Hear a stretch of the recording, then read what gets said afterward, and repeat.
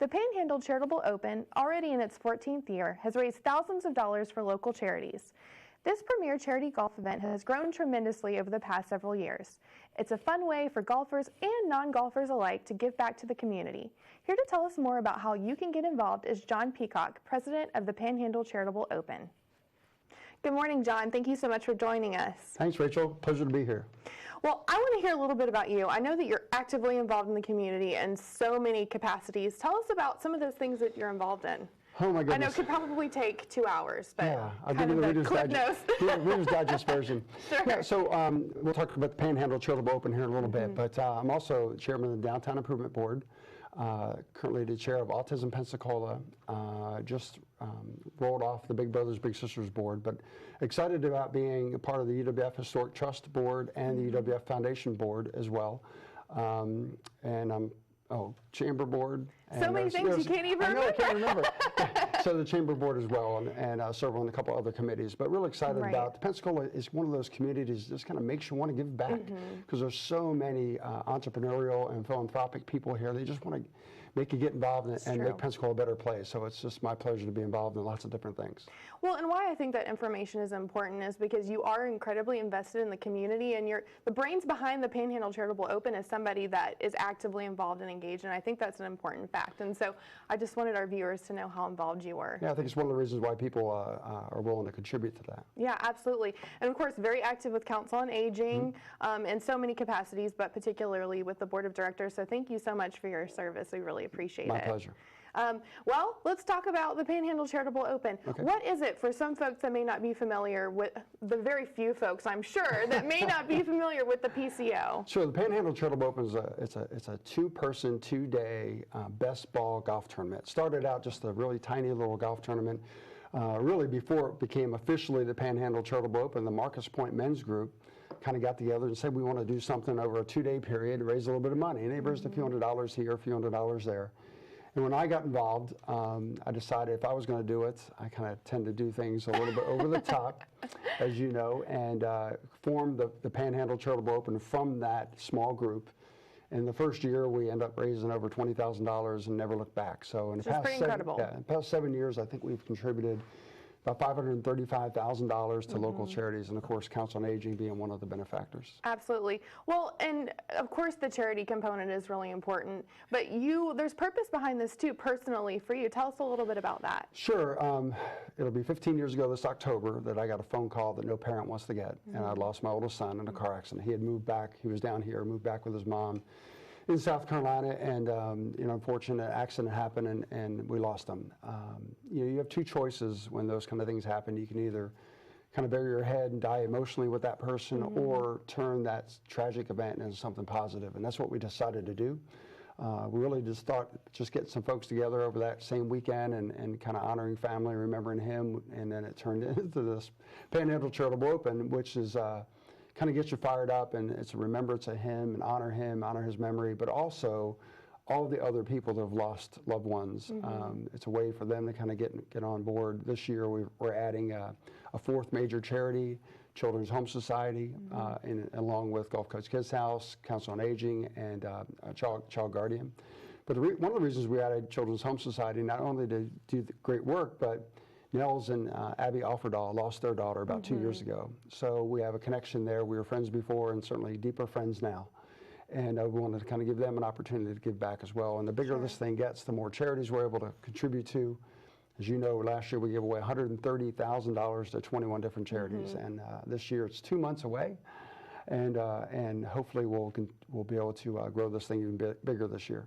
Well, and we can say definitely from Council on Aging's perspective, we enjoy those big checks. That's right. That's right. We really enjoy them. But tell me a little bit about, you kind of talked about sort of the humble beginnings. I mean, how did it grow? So, I mean, surely it's a collaborative effort, and you've kind of alluded to that, but how does that happen? Yeah, it's really interesting. I think I'd love to say I created this thing John.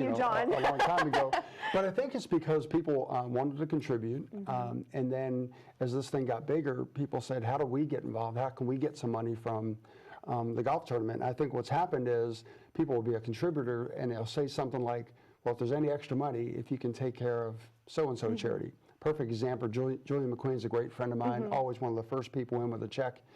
His favorite charity is Independence for the Blind. He and his wife are very active in that and many other things, but it's certainly one of their primary charities. So we're able to give them that money plus some back every year. Now, there's no guarantee in that. We're certainly promised to take care of the 4 main charities, but as that has grown, the number of charities has grown, the more contributors has grown, and it's gotten bigger and bigger. So it's really been kind of a organic way this thing has grown into a very, very big charity and lots of moving parts.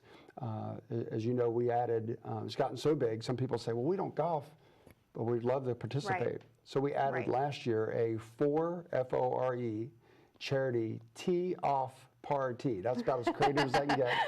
And so we can have people come and participate in a live and sound auction, a band, food, just kind of a gala type event. And that was over the top successful last year. I think we had 270 people in the first year we did that. So it's just another way for the community to get involved in this particular event. And it's turned into 3 days now, and it can get bigger, but for now, this is good. Well, I'd say it's gotten to be pretty successful. But what I do think is really neat about this whole process is people typically do have a charity that's near and dear to their heart, but sometimes they just want to give back and really don't have a specific, you know, cause that they want to get attached to. And so it sort of has sort of a United Way feel to it, where you can give back, but knowing that it's going to be helping several different organizations. Absolutely. I think a lot of people like that fact that when they contribute to this tournament, the money's spread out a lot of different places. In Pensacola, it's very charitable, but we also all get hit up all the time. Absolutely. So it's a way to kind of give one check to a lot of different places. So I think that is attractive to a lot of business owners and donors that want to contribute to an event and take care of a lot of people at one time. Absolutely. Well, I was fortunate enough to actually attend the dinner last year, and first of all, the food was phenomenal. It was phenomenal. Yeah, absolutely phenomenal. There's a great story behind that. I want to hear that story. Tell us the story. So the caterer is Four Seasons, and they're wonderful people. It has been in the paper here lately, but the guy is down on his luck, had a lot of rough problems early in life, and ended up meeting his wife Kelly, and they reopened this restaurant called Four Seasons, do a lot of catering. The really unique thing is they hire a lot of the people from Waterfront Rescue Mission to teach them another skill and teach them a craft and kind of rehabilitate those folks. So it's a wonderful way to help the community, but also the food is phenomenal. Yes, absolutely. And that's incredible, too, that you're engaging folks in a whole different capacity. That's really great. Again, it's just another way, and they help with the tournament in a lot of ways. Yeah. Well, tell us about if someone is wanting to sign up, what will the night look like, the dinner, and then even the golf tournament? Sure. All the information's on our website, which is PCO, P as in Panhandle, PCOgolf.org. And the night is Thursday night, is September 24th, and that night will go from about 6 to 10 plus. We'll start off, the music will be playing, and then I think around 7 or so we'll do some introductions and those kind of things, have dinner, and then also live and silent auction. We try to get the business part out of the way by 8-ish or so, so we can have a good time. Again, a lot of these galas go on and on and on. We have a band called Mass Confusion that plays a lot. It's a local band, wonderful, wonderful folks that contribute back to the community in lots of different ways. They've been a band for ours since day one. They love coming out to the tournament. It used to be at Marcus Point when they had the actual tournament, when we had the party out there. I think they probably prefer inside a little bit better. So yeah, it's pretty hot, even in September. So wonderful auction items, silent and live auction items that we'll do that night and try to raise a little bit of money for the event.